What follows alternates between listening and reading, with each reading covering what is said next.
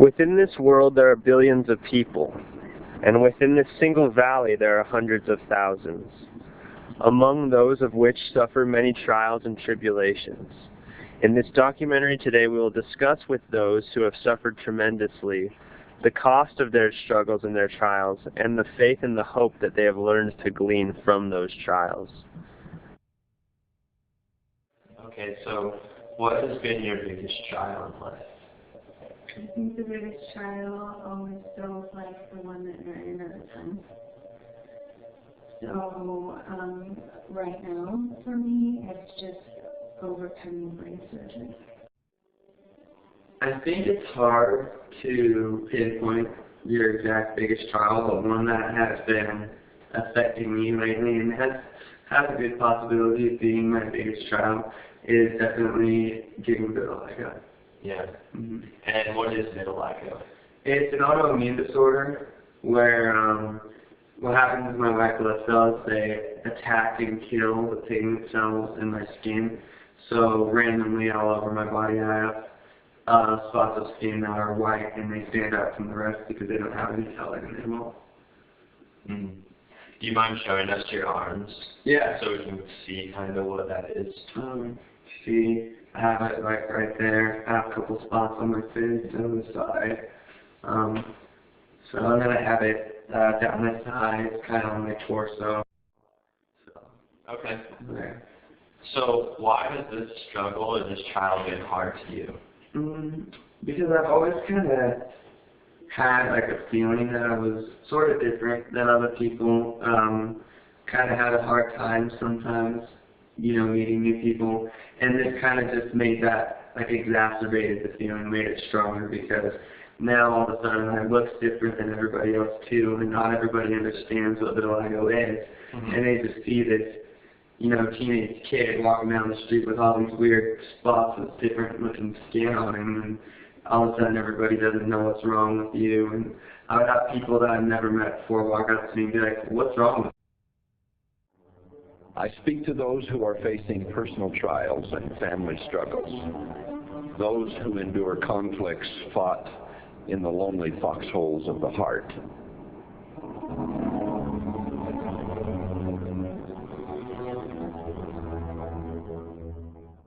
To all such, I offer the surest and sweetest remedy that I know. It is found in the clarion call the Savior of the world himself gave. He said to everyone, whatever their personal problems might be, "Come unto me." Why has it been so hard?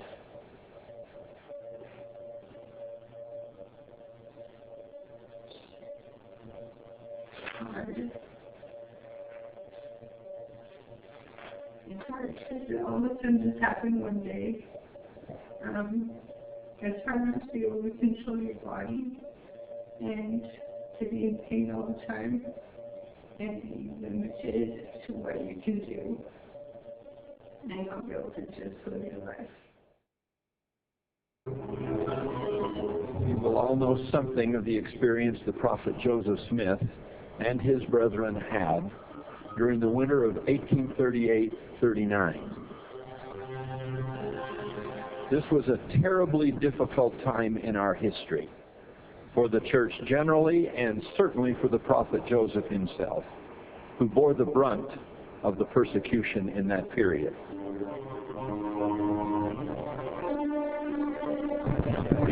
Are to be treated as enemies and must be exterminated or driven from the state.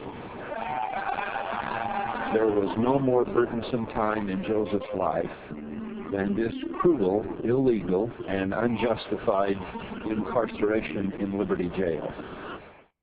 That just kind of made me feel, like everyone was kind of looking at me differently than everyone else. Nobody would think of me the same as anyone else. What have you done to improve your physical situation? So I've been to a lot of doctors, but the doctors actually told me that there isn't a cure, that they can't fix it. And I have a really lucky to have a good supportive family, and we just haven't really listen to that, and so I've been changing a lot of things with my health, and I've been really working at, I've changed my diet completely to eat a lot more healthy. I've drinking way more water. I've been taking nutritional supplements, different things to help boost my immune system, reduce inflammation, promote skin growth, that kind of thing, and I've seen some results. I mean, obviously it's still here, but I'm getting there. Yeah. What have you done to improve your physical situation? I had to listen to my body, to listen to my doctors, and listen to my father, and then take good care of myself, and be patient, and eat better. What have you done to overcome feeling down or even hopeless? Trusting God my Father and His plan for me, and giving blessings, and praying a lot, and thinking positively, and relying on the Holy Ghost.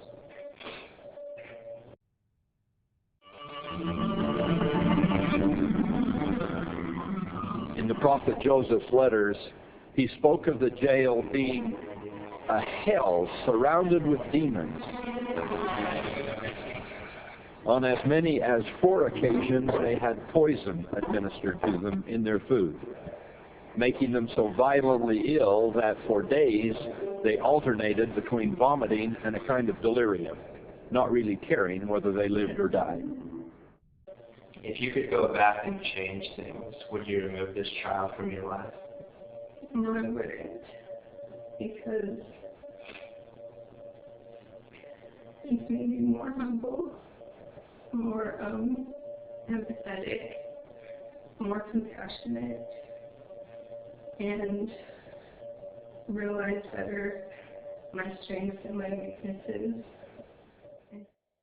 I won't always be perfect, but to accept that and to be able to love myself because of that, it helps me gain self-confidence and also humility to know that, you know, I'm not always as good at things as I may think I am.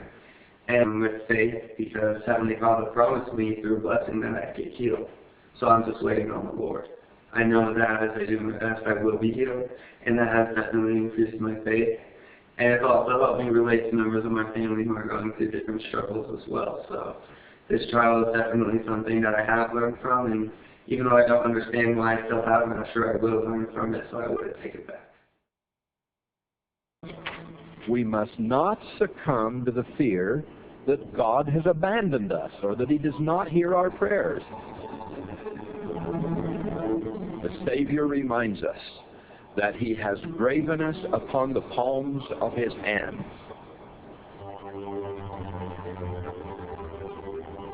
Considering the incomprehensible cost of the crucifixion and atonement, I promise you He is not going to turn His back on us now. The Savior really helps me to overcome that because I knew that through the atonement, He not only suffered for my sins, but He knows exactly why I feel the way I'm feeling now. Mm-hmm. And He went through that. And so it seems like He can heal me, He can make things better with me emotionally, and so I've had that, and also, although I may have skin issues, I know plenty of other people who are physically sick or weak, or they're barely fighting to survive day by day, so I'm pretty lucky. So, and it's, you know, after a process of getting over feeling sorry for myself, it's not too bad. And